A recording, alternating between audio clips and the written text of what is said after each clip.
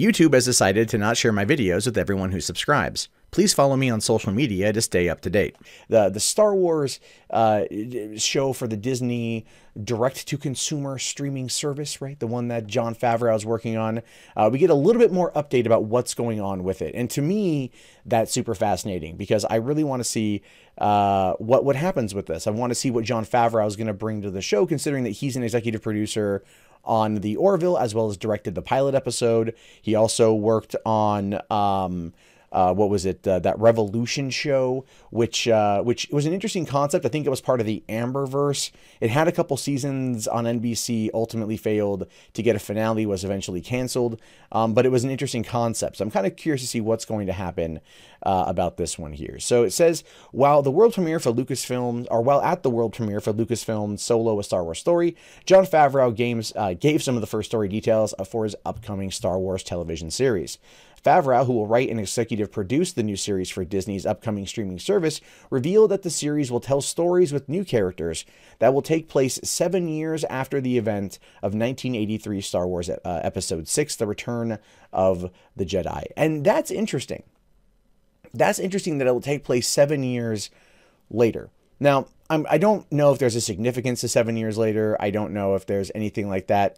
But ultimately, I believe when it comes to a storytelling perspective, you're going to want to give it a bit of time once we get past the Return of the Jedi, to kind of give it time past, the immediate aftermath of what happened. Probably wanting to know, like we're going to probably hear a bit about Leia, General Leia and General Solo and Little Ben.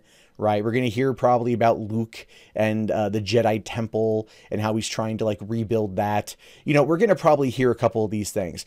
Admiral Akbar might surprisingly be around before his unceremonious exit in last year's Star Wars: The Last Jedi. Who knows what kind of little things are going to be told. But 7 years later is an interesting number for me, just because it's not like, 25 years later, like where it could be a prequel leading into The Force Awakens. It's going to be set in this in-between chapter where I'm pretty certain we're going to see a lot coming out of the Star Wars story group about this. And I think that's going to end up being something that is going to be a lot of fun for fans.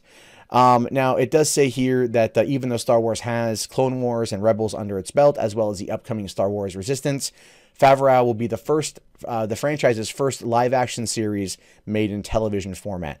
So if I had to guess here, and I had to speculate, and that's a lot of what I do, I'm going to sit there and say that this series is going to end up being one contained story, probably spread out over who knows how many episodes, 10 to 13, somewhere in there probably. And what would it tell? I mean, like what kind of story would it tell? We know that there's still going to be, the Empire is going to still have admirals and generals that are going to have control over their own particular, Star Destroyers, because it's not like they destroyed the entire fleet. The Empire was the Empire. The Empire was far-reaching. Surely there are going to be remnants left. Surely those remnants are going to become villains in their own right, trying to stay afloat. Surely those villains might become... I don't want to sit there and 100% say like space pirates, but I'm thinking space pirates, because what are you going to do? I mean, imagine like a tricked out freaking Star Destroyer that now you got no master, you got a crew. All right, like you got no Vader because Vader's dead. You got no Emperor because Palpatine's been freaking, he's been electrocuted and whatnot. And now they're like, okay, well, how do you maintain control? Well, clearly, like there's going to be mutinies, and there's going to be riots, and people are going to flee, and there's going to be the hardcore group of people who are left. So it'd be interesting to kind of tell that story from the perspective of maybe the Rebel Alliance, or which would be now known as the New Republic, would go out and deal with this kind of thing. And granted, I have no idea. Like if I was going to tell the story, that's kind of what I would tell about trying to maybe stop another uprising of the, of the Empire, maybe, and also kind of like lean into what could be the small idea, the inkling that led into the First Order. Because as we know, Star Wars is cyclical, and these things are, going to kind of bound to come back around and whatnot. So I'd be interested to see what happens with that and how they're going to play it out. I'm also very curious to know what the budget's going to be. I know that's a very odd thing to say, but I'm curious what the budget is. I think it's going to give us a very interesting idea about what just how much money Disney's willing to spend on this. Now, yesterday I talked about how Disney doesn't need Fox for this particular service, this direct-to-consumer streaming service to be profitable, right? Or to be off the ground, essentially.